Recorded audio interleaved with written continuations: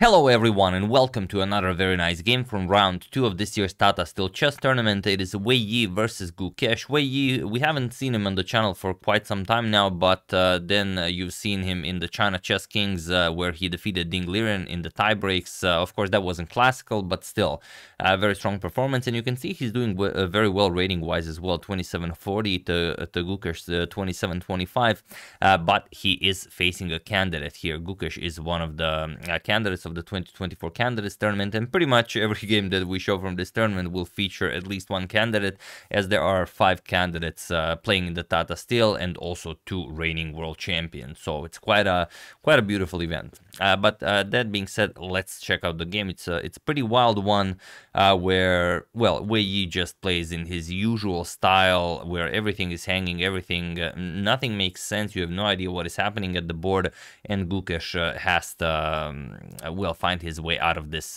mess. So let's check it out. We have pawn to e4, and Gukesh goes for pawn to e5. We have knight to f3, knight to c6, and bishop to c4. The Italian game is on the board, and Gukesh goes for the Giuoco Piano, asking Wei Yi, are you prepared to go for the absolute strongest move, or will you settle for c3? Well, Wei Yi settles for the main line of the Giuoco Piano, knight to f6, and now pawn to d3. The Giuoco Pianissimo variation, we have d6, and now bishop to g5.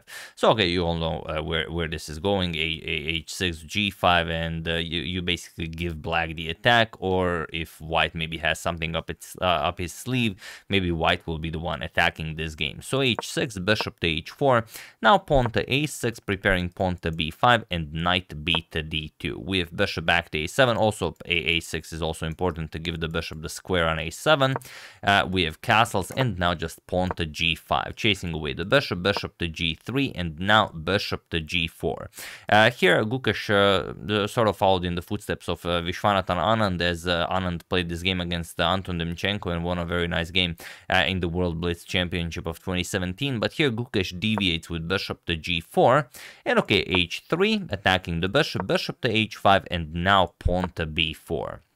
Obviously a very strong move, and now again the position is a known one. Praggnanandhaa had it against Vidit in the Tata Steel Rapid edition of last year, but Vidit continued with rook to g8. However, he lost that game to Praggnanandhaa, but it's not that it was a bad move or anything. It's actually a top engine move. If you guys are interested, top engine moves here are queen to d7, rook to g8, and queen to c8, and Gukesh opts for one of the 3 top engine moves, and it is now already, as of move 12, that we have a completely new game. So deviating from the Vidit versus Praggnanandhaa game, but also deviating strongly. So okay, let's see this new game. Queen comes to c8, and now pawn to b5 right away. You will probably expect something like pawn to a4, or maybe king to h1 or something, you know, that makes sense. But Wei Yi is not that kind of a player. He plays pawn to b5, a captures, bishop captures, and now Gukesh just castles. So he unpins from this very nasty pin. Rook to e1, and now bishop back to g6. So making it a bit difficult for d4 to be executed. Maybe that e4 pawn could be attacked later on, but okay, it is defended nicely by the knight and by the rook for the moment. We have rook to c1, and now knight to h5, attacking the bishop, and also maybe hinting at the knight coming to f4. We have bishop to h2, and now not knight to f4, which well, many of us would play, but instead knight back to g7, with options of maybe the knight coming to e6 and then to f4 if needed, or just you know, having support for the advancement of the pawn to f5. We have pawn to d4, Wei Yi advances in the center, puts pressure on the e5 pawn, and pawn to f6. Gukesh is just playing a slow game, waiting for his chance to strike, or maybe waiting for Wei Yi to overcommit, as Wei Yi is a very aggressive player. So knight to f1, just remaneuvering the knight to the usual squares, e3 or g3, knight to e7. Gukesh does the same. Now he can chase away the bishop with a move like c6, and now knight to e3. Again, a very straightforward play by Wei Yi. You'd expect bishop d3 defending e4 before remaneuvering the knight, but no, he plays knight to e3, and he offers the e4 pawn. Now, can the pawn on e4 be captured? Well, The engine says, yes, you can capture it, and it's even the strongest move recommended by the engine. But I will just show you what happens if you touch the pawn. If bishop captures on e4, then the idea is knight g4. You open up an attack towards the bishop, and you go after the h6 pawn, and as there's no way to defend both, you have to play bishop captures on f3, attack the white queen, and after queen captures, now your f6 pawn and h6 pawn are hanging, you have to play pawn to f5, sort of try to trap the knight. If knight captures on h6, then you attack it with the king, but now knight captures on e5. White would sacrifice a piece, d captures, bishop captures, and this is the position Wei Yi had in mind. He would have the monster bishop pair, this bishop would come to c4, he would have the rook, the queen ready to attack. It's a crazy position that's objectively equal, but of course Wei Yi knows what he's going into. However, Gukesh not interested in that. He plays pawn to h5. He wants to be the one attacking, hinting at pawn to g4. So what can Wei Yi do here? Well, he again plays pawn to c4. It's like he doesn't care about anything. He offers the e4 pawn, but now it's not the e4 pawn that is interesting to Gukesh, but rather the d4 pawn.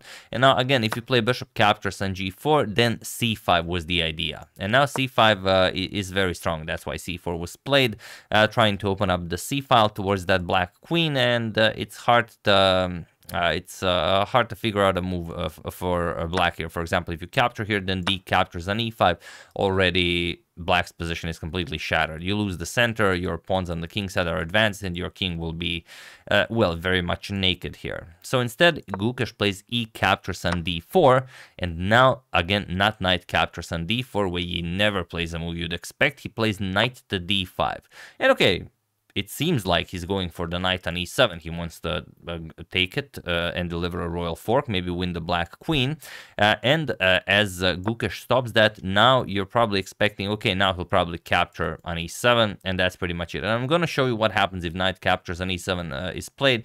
I might be exploring, a line or two extra than I would in a rapid or blitz game, but this is classical, and we have to show what the position really hides. So the idea is that if knight captures on e7 check, queen captures, and then you advance pawn to c5, it's quite strong. For example, if bishop captures on c5, now the only thing defending the bishop is the pawn on d6, and even if you play pawn to e5 and after d captures on e5, yes, the queen is defending the bishop here, there's this very nasty knight captures on e5 move.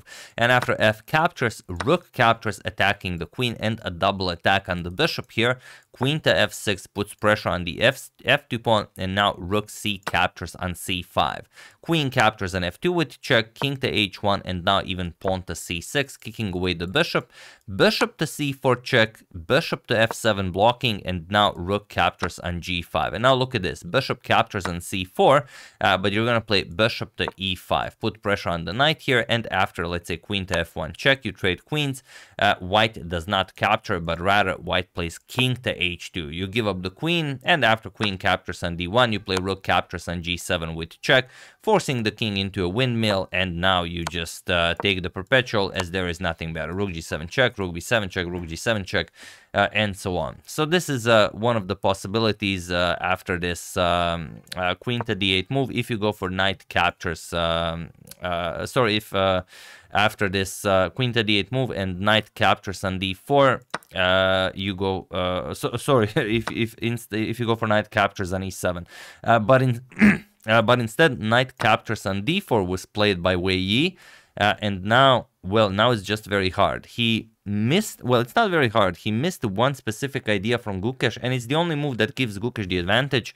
But I'm pretty sure now that I've explained to you why the previous line was so potent, now you will have no problem finding the absolute strongest move for Gukesh while I give you a couple of seconds.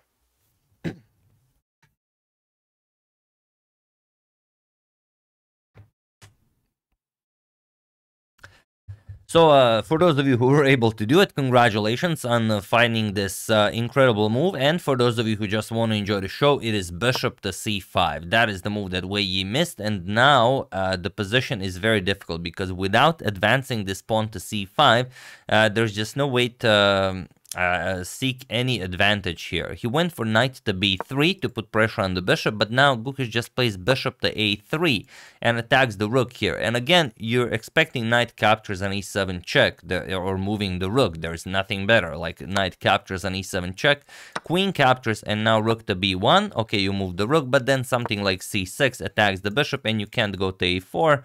So what do you play here? You have to play c5, give up the bishop, and then after something like captures and captures, okay, you will pick up the rook on f8, and after queen to e6, okay, captures and captures, you will have the two pieces for a rook. But still, it's only black who will be playing this for the win. However, not from Wei Yi. He doesn't go for knight captures on e7. He's adamant about advancing the pawn to c5, and no one is stopping him at that. He plays knight captures on c7, the move from the thumbnail. And now, well, how do you react to this? Of course, the knight has to be captured. Queen captures on c5 was played, and now pawn to c5. Now it's unstoppable, but it's not, well, it's not that impressive. Bishop captures on c1 by Gukesh. C captures on d6, attacking the queen and the knight, and now queen to b6. A crucial move in continuing this position, as it puts pressure on the undefended bishop on b5, and also puts pressure on f2, as the rook captures on a2 is coming. So what can Wei Yi do now? Well, he could move the bishop with check, bishop to c4 check, but the problem is, after king to h8 and okay, d captures on e7, rook f to c8 is coming, attacking the bishop, and even if you capture on c1, while defending the bishop, now comes rook captures on a2, and now checkmate is being threatened. Of course, queen captures on f2, followed by queen captures on g2. And there's just no good way of stopping that. If you play knight to d2, then just rook captures on c4, and if knight captures again, you will deliver checkmate, and if queen captures, you will pick up the knight on d2, and that's just it. You're up a full knight with both knight and bishop guarding that queening square. There is nothing to hope for here with white. So after this queen to b6 move, Wei realizes that this is impossible. He cannot play something like bishop to c4 check, which sort of seemed like the way to go. He has to go for d captures on e7, but now again rook f to c8, incredibly strong by Gukesh. And now if you capture, of course, the bishop, then queen captures on b5, or if you capture with the knight. So here e8 queen check was played, sort of to maybe force Gukesh to play rook captures, but of course there is no reason for Gukesh to move the rook away from the c-file. Instead, he just picks it up with the knight. Knight captures on e8, we have bishop captures on e8, and now rook captures on a2. First going for this threat of queen captures and queen captures on g2 checkmate. So queen to d5 with check, king to h8, and now knight to d4, stopping queen captures on f2, but now just bishop captures on e8. There is no more hope for Wei Yi here. Bishop to d6 is played, trying to get that queen into the attack somehow. If you can get your queen here and capture on f6, then of course anything is still possible, but here just queen to a5, and he was in this position on move 33 that Wei Yi resigned the game, as there is nothing more to be done here. Of course, you don't want to trade queens, but if you move the queen, then the rook on e1 hangs, and that's it. So your only move is to trade queens, and once the queens get traded off, captures, there's just no way you can play this position. It's just, I mean, you're down a full rook. Of course, it would be silly to even try this. So yeah, after queen to a5, Wei Yi resigned, and a spectacular win for Gukesh. So again, we have like in the Alireza game, it's unclear whether Wei Yi simply mixed up lines, or did he just hope that he would, remain triumphant amidst all this chaos. It's hard to say because it's Wei Yi playing, and he always plays like this. But yeah, Gukesh is incredibly strong. He calculates precisely, and well, at least in this game, it was not possible to play against Gukesh in this particular fashion.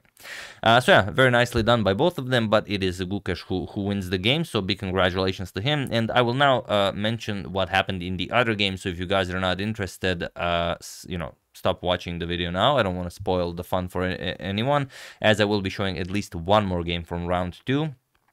So these are the results of the game. Abdusattorov and Pragnananda drew their game. Jan Nepomniachtchi drew his game to Ju Wenjun, so big result for Nepo, drawing against the world champion.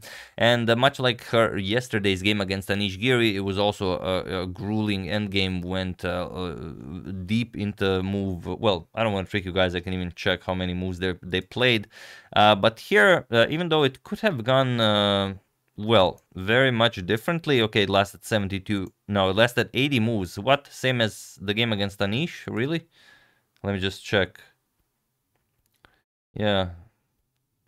Ju Wenjun really playing... Oh no, against Anish it's... Yeah, 81. No, 80 moves. Yeah, same as against Anish. Wow, very interesting. But yeah, against Nepo, in the end, it was even her who was pushing for the win. She was up a pawn in a rook endgame, but of course, it's just a draw.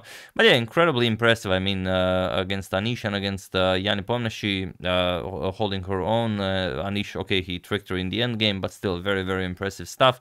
And you can see that her rating definitely doesn't do her justice. 25-49 is way too low for Ju Wenjun, and if she played seriously and a couple of more tournaments in strong opposition like this, I mean, she would be 26-50 at least in my opinion. Then you have Anish versus Vidit, a draw. Wei Yi versus Gukesh, the game that we just saw. Okay, Gukesh won very nicely. Alireza defeated Maksulu, also previous video, do check it out if you haven't. Really a masterclass by Alireza. Ding Liren, this was a pretty big surprise to everyone, drawing a game with the white pieces to Alexander Donchenko, sort of the underdog of the tournament. But yeah, played very strongly, and Ding wasn't able to figure anything out. And the game that I will show after this one is Jordan Pamphorest versus Max Warmerdam, also very interesting one. But yeah, tomorrow Gukesh got a nice win, but tomorrow he will face Ding Liren, reigning classical world champion. It's a big opportunity for him, so we'll see how he does. I don't know if he has black or white tomorrow. Let me just check. Gukesh will be having white against Ding, so yeah, incredible opportunity for him. We'll probably be checking out that game, if it's not going to be a complete snooze fest. So yeah, that's the game. Hope you guys enjoyed it. I would like to thank Welsh fan Mark Henley Brennan, Michael Males, Frank Banner, and the best content maker for your contribution to my channel. Thank you a lot, I really appreciate it. As usual, you can check 2 of my previous videos here. Thank you for watching, and I will see you soon, continuing to check up on your wonderful suggestions and whatever else happens in the chess world. So thank you all, I will see you soon, and have an excellent rest of your day. And sorry about me having some throat issues. It's it's just the season. What are you gonna do? See you soon.